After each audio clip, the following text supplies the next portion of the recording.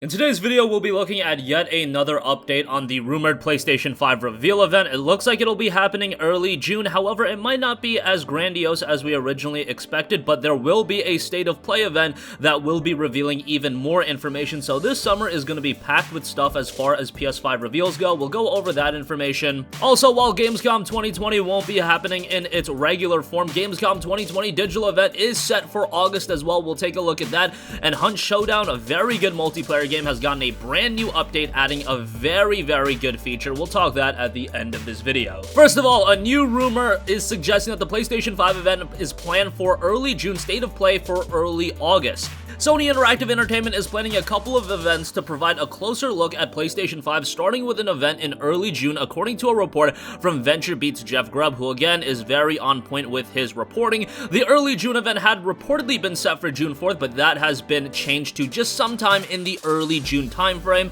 Things are very fluid given the world state right now, so early June does seem to be a lot more likely than just a definitive June 4th release date as far as the event. I shouldn't say release date. You guys get the idea. While Sony Interactive Entertainment was set to be putting together a roster of PlayStation 5 titles to showcase from both first-party and third-party, the shifting date may cause some complications in that regard. On Twitter, Grubb previously referred to the early June event as a hefty next-generation showcase with a lot of games. With the date shifting, he now noted, quote, "I still think it should be significant, but it might not be quite as hefty as it was before. I still think with any kind of PlayStation 5 reveal event, you're gonna be getting a bunch of exclusives and launch titles being announced. Maybe it won't have a significant third-party presence, because I think that's what would be affected had the date been changed. That's really from a third-party standpoint, which I don't think is a big deal. The third parties can come out when they're ready. Those games are going to be coming to just about every platform. I don't think it's completely necessary that Sony has a dedicated event where they showcase their first-party stuff and their third-party stuff. The third parties can honestly figure it out as they go, and the Summer Game Fest is happening, so I don't think that is going to be a huge damper on the PlayStation 5 reveal event, but maybe I'm alone on that. I'm primarily looking forward to seeing what Sony's got cooking from a first-party standpoint.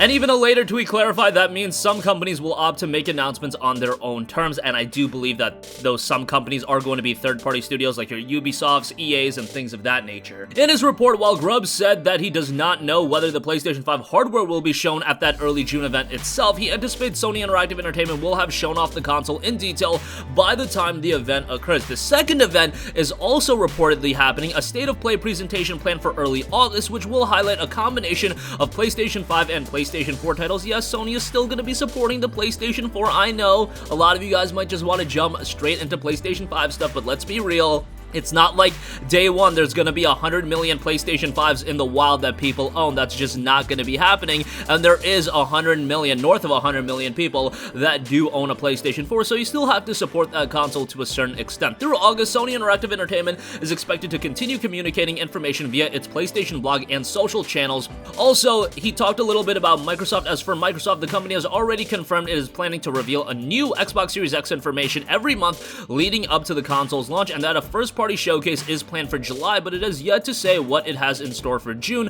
According to Grubb, the June event will broadcast in the second week of June, either June 10th or June 9th, and the focus will be on the console itself rather than the game. And Nintendo's still around. While Nintendo isn't releasing a brand new next-generation console, Grubb previously reported that the company has no plans for a Nintendo Direct broadcast until the end of the summer at the earliest. He has now said that Nintendo has no plans for a Direct at all and is telling development partners not to wait on a potential Direct to make any planned announcements. Originally, it was rumored that a Direct would be happening in June. Obviously, the world is kind of in a state right now where things are a little bit fluid and not every date can be met ideally. That's why we kind of saw the delays of The Last of Us Part 2 and Ghost of Tsushima and the delays of a plethora of other games. However, it does seem like studios are working hard from home to still get a lot of these games out on their release dates. It's still rumored that Assassin's Creed will be dropping this fall, Watch Dogs Legion still coming this fall, the PS5 still this fall, Xbox Series X still this fall, so they're obviously getting a lot of work done from home, but obviously at the same time, while they can work from home, it's a lot different and a little bit of a shift when you do completely change your work environment from working inside of a studio, and now you're going and working from home. I'm sure that they can adapt, they can overcome, they can still get these games done, but you do have to understand that it is a little bit of a progress to get completely acclimated to a totally new work environment, but it seems like everything's going relatively smoothly. Again, PlayStation 5 event planned for early June, might not be as big as originally intended, but a state of play event should be supplementing it in early August, and we should be getting a lot of game announcements throughout the course of the summer, especially with the Summer Games Fest. I would imagine a lot of information rolling out. Also, another traditional summer event is Gamescom. Well, Gamescom 2020 won't be happening in its traditional form in Germany. However, a digital event is set for August 27th until the 30th. The all-digital version of Gamescom 2020 will run from August 27th to the 30th. Event organizers, the German Games Industry Association, has announced. The digital Gamescom, which will replace the physical event that was canceled due to the ongoing world situation, will feature a variety of shows, a greatly expanded Gamescom Now platform as a content hub for all the latest information, and a DevCom digital conference for game developers and other trade visitors. Opening Night Live, the kickoff show hosted by Jeff Keighley and previously planned for August 24th, will now happen on August 27th. They have released an official breakdown of Gamescom and what they're doing with 4 key pillars. First of all, we have Gamescom Now. Gamescom Now, the content hub, successfully launched last year, will be significantly expanded. It will be the first go-to source for all world premieres, news, games, and events. All of Gamescom showcases like Gamescom Opening Night Live can also be seen there. The diverse spectrum of the gaming world is shown in all of its variety in the central portal, with different areas like content creator, esports, cosplay, indies, and merchandise. There is no need to buy a ticket for Gamescom Now, so that as many fans as possible get the chance to experience Gamescom. Then you have Gamescom Opening Night Live, Awesome Indies, Daily Show, and Best of Show. Gamescom Opening Night Live with Jeff Keighley, one of the widest reaching gaming shows worldwide last year. We will kick off Gamescom 2020 on August 27th. In addition, other formats will be produced this year, such as the first ever Gamescom Awesome Indies.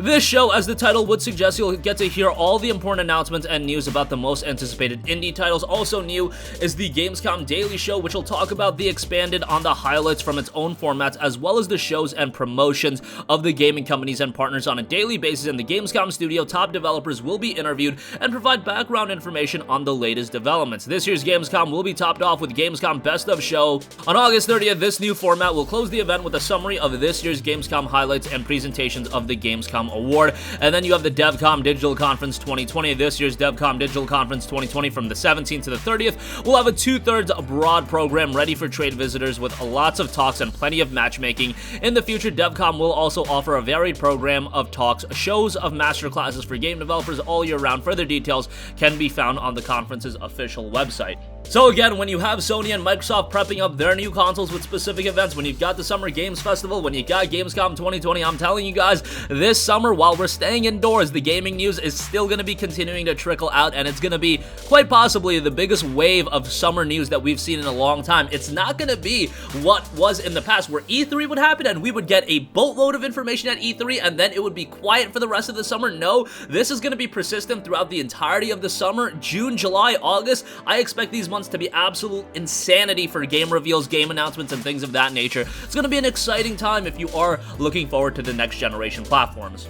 And lastly, I do want to note that Hunt Showdown Update 1.06 has dropped, and we've got the full patch notes, and it allows console cross-platform play. Got a little tongue twisted there. Hunt Showdown Update version 1.06 is available to download now. This update adds support for console crossplay, among other fixes. This is an online multiplayer game focused on PvP and PvE encounters. Developed by Crytek, the new update has finally enabled crossplay for the game, allowing Xbox One and PS4 users to play a match together. Outside of that, there are some other updates, new AI variations, new time of day, sunset, new equipment, levering, improved death screen and lobby, bug fixes, and things of that nature. Again, it is highlighted by consoles cross-platform play, so Hunt Showdown is a very good game, and we've been seeing it get some discounts here and there, so if you are interested in the title, you can get it south of $30 now. This is a game that I highly recommend that you do play with a couple of friends, because that's how you're going to get the best experience possible. Nevertheless, I thought Crytek did a pretty good job with the title.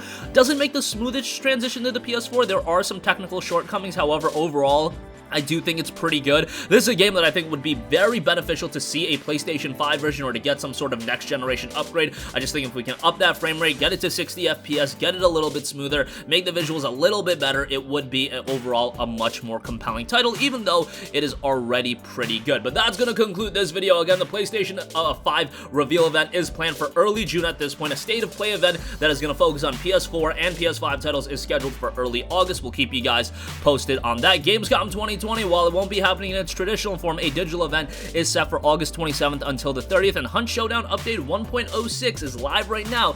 Get on some cross-platform play. Your buddies on Xbox One can play you on PS4. That's going to conclude this video. Sound off with all of your thoughts in the comment section down below. Thank you for watching, and goodbye.